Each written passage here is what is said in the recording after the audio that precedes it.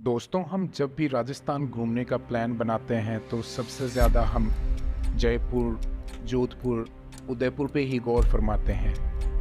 लेकिन इसी राजस्थान की ज़मीन में कई ऐसे राज दफ़न हैं जिनका हम आम लोगों को आज तक पता भी नहीं है। और ये राज कई सालों से नहीं बल्कि कई सदियों बाद भी आज उसी तरह ताज़ा और अनसुलझे हैं जितने पहले कभी हुआ करते थे। ये राज कुछ ऐसे हैं जिन्हें जितना सुलझाने की कोशिश होती है, ये उतना ही उलझते जाते हैं। ऐसा ही एक राज राजस्थान के जैसलमेर जिले के कुलधरा गांव में भी दफन है। यह गांव पिछले 170 सालों से वीरान पड़ा है।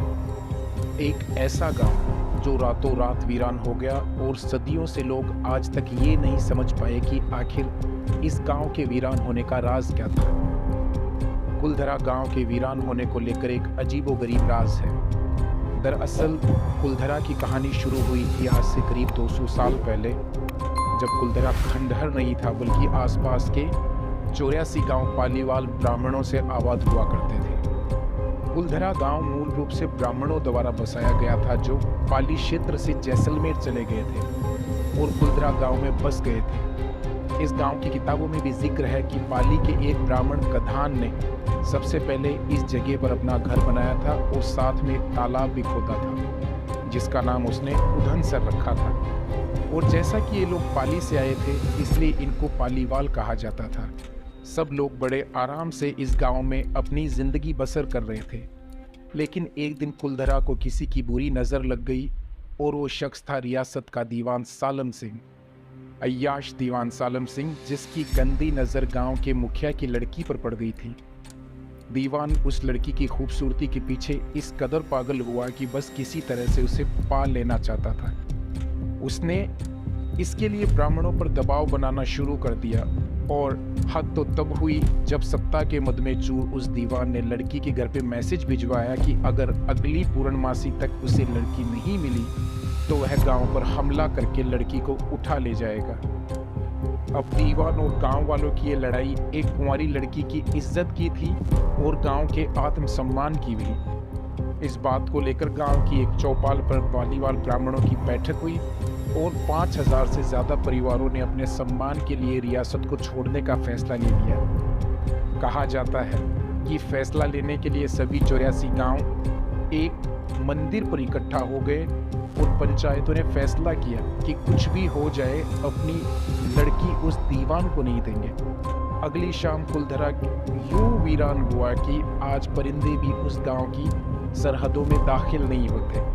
कहते हैं कि गांव छोड़ते वक्त उन ब्राह्मणों ने इस जगह को श्राप दिया कि ये गांव कभी भी नहीं बसेगा। आपको बता दूं कि बदलते वक्त के साथ 82 गांव तो दोबारा बन गए, लेकिन 2 गांव कुलधरा और खाबा तमाम कोशिशों के बाद आज भी आबाद नहीं हो पाए हैं। ये गांव अब भारतीय पुरातत्व विभाग के संरक्षण में है, जिसे दिन की रोशनी में सैलानियों के लिए रोज खोल दिया जाता है। कहा जाता है कि यह गांव रूहानी ताकतों के कब्जे में है।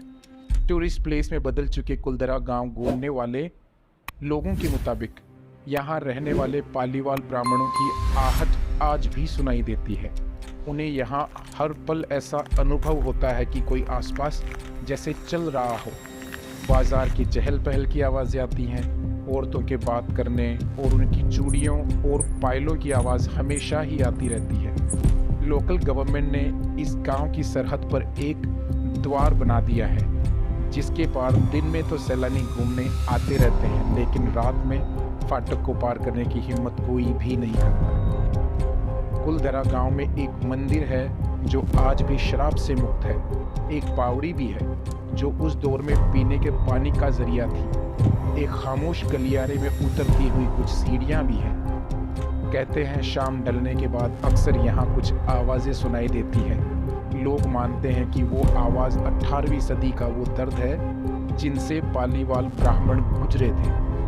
गांव के कुछ मकान हैं जहां रहस्यमय परछाई अक्सर नज़रों के सामने आ जाती है। दिन की रोशनी में सब कुछ इतिहास की किसी कहानी की तरह लगता है, लेकिन शाम ढलते ही कुलधरा के दरवाजे बंद हो जाते हैं और दिखाई देता है रूहानी ताकतों का एक रहस्यमयी संसार। लोग कहते हैं कि रात के वक्त यहाँ जो भी आया वो हादसे का शिकार हो गया। मई 2013 में दिल्ली से भूत प्रेत व आत्माओं पर रिसर्च करने वाली पैरानॉर्मल सोसाइटी की टीम ने कुलधरा गांव में रात बिताई। टीम ने माना कि यहाँ कुछ न कुछ अजीब जरूर है। शाम के वक्त उनका ड्रोन कैमरा आसमान से गांव की तस्वीरें ले रहा था, लेकिन उस बावड़ी के ऊपर आते ही वो कैमरा हवा में गोते लगाता हुआ जमीन पर आ गिरा, जैसे कोई था जिसे ये कैमरा पसंद नहीं था। पैरानॉर्मल सोसाइटी के हेड अंशुल शर्मा बताते हैं कि हमारे पास एक डिवाइस है जिसका नाम गोस्ट बॉक्स है। इसके ज़रिए हम ऐसी जगहों पर रहने वाली आत्माओं से सवाल पूछते हैं। कुलधरा में भी कुछ उन्होंने ऐसा ही किया। जहाँ पे कुछ आवाज़ें आई तो कहीं सरप्राइजिंगली आत्माओं ने अपने नाम भी बताए। 4 मई 2013 शनिवार की रात को जो टीम कुलधरा गई थी, उनकी गाड़ियों पर बच्चों के हाथों के निशान मिले और टीम के लोगों का कहना था कि उनके साथ कोई बच्चा था ही नहीं। इतिहासकारों के मुताबिक पालीवाल ब्राह्मणों ने अपनी संपत्ति, जिसमें भारी मात्रा में सोना चांदी और हीरे जवाहरात थे, उसे जमीन के अंदर दबा रखा था। और यही वजह है कि जो भी कोई इस गांव में आता है वह जगह जगह खुदाई करने लग जाता है, इस उम्मीद से कि शायद वह सोना उनके हाथ लग जाए। यह गांव आज भी जगह जगह से खुदा हुआ मिलता है। अगर घूमने की बात करें तो इस गांव में आप रोज़ाना सुबह 8 बजे से शाम 6 बजे तक घूमना फिरना कर सकते हैं। जैसा कि ये जगह भूतिया मानी जाती है, इसलिए वहाँ के लोग सूरज ढलने के बाद द्वार बंद कर देते हैं।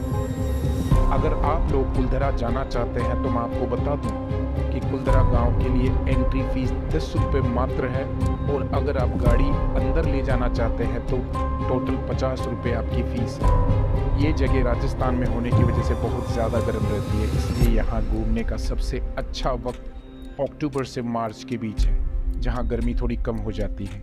आप धूप से परेशान हुए बिना रेगिस्तान में घूमने का आनंद ले सकते हैं। कुलधरा गांव जैसलमेर सिटी से करीब 18 से 20 किलोमीटर की दूरी पर है, इसलिए राजस्थान घूमते वक्त जब आप जैसलमेर पहुंचते हैं तो आप शहर से कैब ले सकते हैं। ये कैब आपको कुलधरा गांव ले जाएगी। दोस्तों, आज के पॉडकास्ट में बस इतना ही। अब इजाज़त लेना चाहूँगा। आप लोगों से रिक्वेस्ट है कि अगर वीडियो पसंद आया हो तो वीडियो को लाइक कीजिएगा, शेयर कीजिएगा, और ऐसे ही पॉडकास्ट सुनने के लिए चैनल को सब्सक्राइब कीजिएगा। और हाँ, अगर कोई फीडबैक है तो प्लीज़ कमेंट बॉक्स में शेयर कीजिएगा। Thank you. अलविदा।